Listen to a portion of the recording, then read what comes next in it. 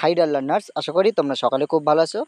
তোমরা যারা আপকামিং 2026 সালে মাধ্যমিক পরীক্ষা দেবে, তোমাদের কথা মাথায় রেখে আমরা শুরু করতে চলেছি প্রতিটি সাবজেক্টের উপরে চ্যাপ্টার ওয়াইজ প্রশ্ন উত্তর এবং সাজেশন।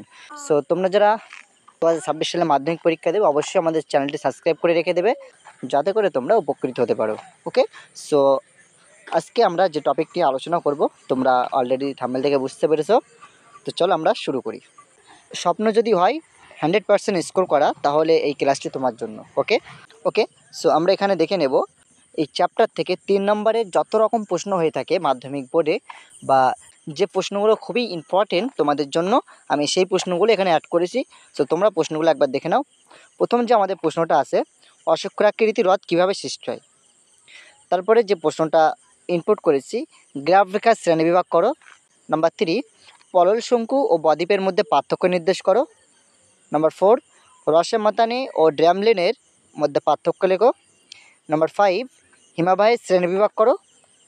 নদী উপত্যকা ও হিমাবাহ উপত্যকার মধ্যে পার্থক্য লেখো। এই প্রশ্নটা খুবই ইম্পর্টেন্ট প্রশ্ন। ওকে, তো চলো নাম্বার 7 যে প্রশ্নটা আছে, হিমাবাহ কী কী পদ্ধতিতে ক্ষয় করে, বায়ু কী কী পদ্ধতিতে ক্ষয় কাজ করে। তারপরে যে প্রশ্নটা আছে, পেডিমেন্ট ও বাজাদার মধ্যে পার্থক্য লেখো। আর আমাদের শেষ যে প্রশ্নটা, মরু অঞ্চলে বায়ুর কাজ প্রাধান্য পাওয়ার কারণ কি। ওকে, সো আমরা মূলত এই চ্যাপ্টার থেকে অনলি 10টি প্রশ্ন আমরা প্র্যাকটিস করব। আশা করি তোমরা এর মধ্য থেকে কমন পেয়ে যাবো। ওকে, এখানে আমি যে প্রশ্নগুলো ইনপুট করেছি, তোমরা এই প্রশ্নগুলোর অ্যান্সার ট্রাই করবে তোমাদের টেক্সট বই থেকে কালেক্ট করার, সেটা তোমাদের জন্য অনেক ভালো হবে।